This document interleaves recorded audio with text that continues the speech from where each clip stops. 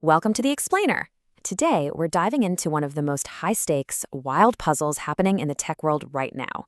I mean, everyone is talking about artificial intelligence, right? The software, the mind-blown capabilities, the race to build a smarter digital brain. But today, we're zooming in on a massive, completely unexpected energy crisis that the AI industry is staring down. We're going to see exactly why the next major frontier in computing is actually taking us back to a technology a lot of people thought we were leaving in the past. So think about this for a second. What if AI depends entirely on just keeping the lights on? We've been told for years that the future of tech is this sprint to write the smartest algorithms and train the biggest models. But what if I told you that the ultimate winner in the AI race will actually be determined by physical power supply? It turns out whoever controls the most reliable electricity is going to be the one who controls the future of artificial intelligence. All right, let's shatter this whole illusion of the invisible cloud for a minute. The cloud isn't some fluffy, weightless thing floating up in the sky. In reality, a single modern AI data center consumes as much electricity as a small city. We are talking about absolutely jaw-dropping amounts of power required to keep these massive facilities running. Because behind every single prompt you type into ChatGPT or Claude or Gemini, you're waking up this incredibly power-hungry physical beast.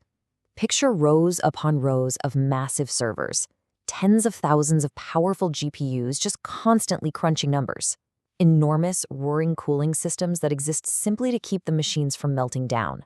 And they're running 24 hours a day, 7 days a week. It's an industrial operation on a scale that's honestly hard to wrap your head around. Which brings us to a massive bottleneck. Where on earth is all this electricity going to come from? See, for decades, our chips got faster and less power-hungry, so improvements in efficiency basically offset our growing demand for power. But AI?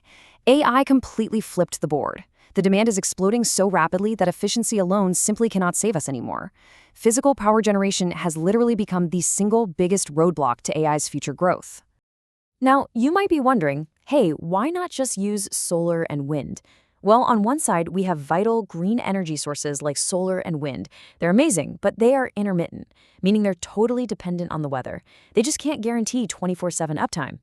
On the other side, you've got these AI data centers, which require continuous, uninterrupted power every single second of every single day. A massive server farm can't just pause its billion-dollar training run because a cloud blocked the sun or the wind died down. And that stark reality leads us to exactly what these tech giants are desperately searching for: reliable, carbon-free power at a massive scale.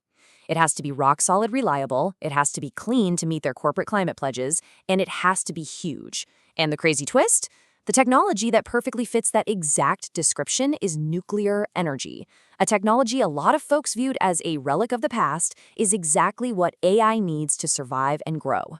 Section 1. The big tech power race. This isn't just theory anymore, folks. It's a multi-billion-dollar scramble. Microsoft is pushing to restart 3 Mile Island. Amazon is dumping money into existing plants and next-gen tech. Google is partnering with Kairos Power for small modular reactors. And Meta is locking down massive power commitments for their own AI workloads. Microsoft, Amazon, Google, and Meta have all independently looked at the data and come to the exact same conclusion. They need nuclear power, and they need it right now. Just think about the historical irony of this for a second. The return of 3 Mile Island. Microsoft recently made massive headlines with a shocking long-term agreement to actually help bring a reactor at this historic site back online. Yeah, the exact same site most people remember from the 1979 accident. One of its reactors has been sitting dormant for years, but the demand for clean, reliable AI power is so intensely high that Microsoft is literally backing its revival. It's a completely unexpected, wild shift in the global energy landscape. But, not everyone is looking at these massive old-school power plants. Google, for instance, is taking a highly futuristic approach with small modular reactors, or SMRs. These are advanced nuclear reactors that are just a fraction of the size of traditional plants. Because they're modular, they're designed to be built on an assembly line in a factory, shipped out to a site, and deployed way faster and easier. It's a completely reimagined way of thinking about nuclear infrastructure. So, let me ask you directly, when you hear nuclear-powered data center, what pops into your head? Do you imagine some giant concrete cooling tower plunked right next to a sleek glass office building? Let's go ahead and clear up that misconception right now, because the reality of how this will actually roll out is far more pragmatic. Here's how it's realistically going to play out. Step one, which is happening right now, is signing long-term power purchase agreements to just buy electricity off the grid from existing nuclear plants. Step two involves physically building new data centers much closer to those current nuclear facilities so they don't lose power over long transmission lines. And finally, step three, the grand long-term vision, is deploying those dedicated small modular reactors we just talked about, putting them directly on or right next to AI campuses to provide a private dedicated power supply. Section 2, Reality Check, the challenges. Okay, before we get completely carried away imagining some limitless nuclear-powered AI utopia, we've got to look at the real-world roadblocks, and they are severe. Nuclear projects come with astronomical financial costs. They take years, sometimes literally decades, to plan, license, and build. The regulatory approvals are incredibly complex, as they should be, and of course you've got persistent public safety concerns, plus the ever-present critical issue of radioactive waste management. So nuclear power is absolutely not going to solve the AI energy shortage overnight.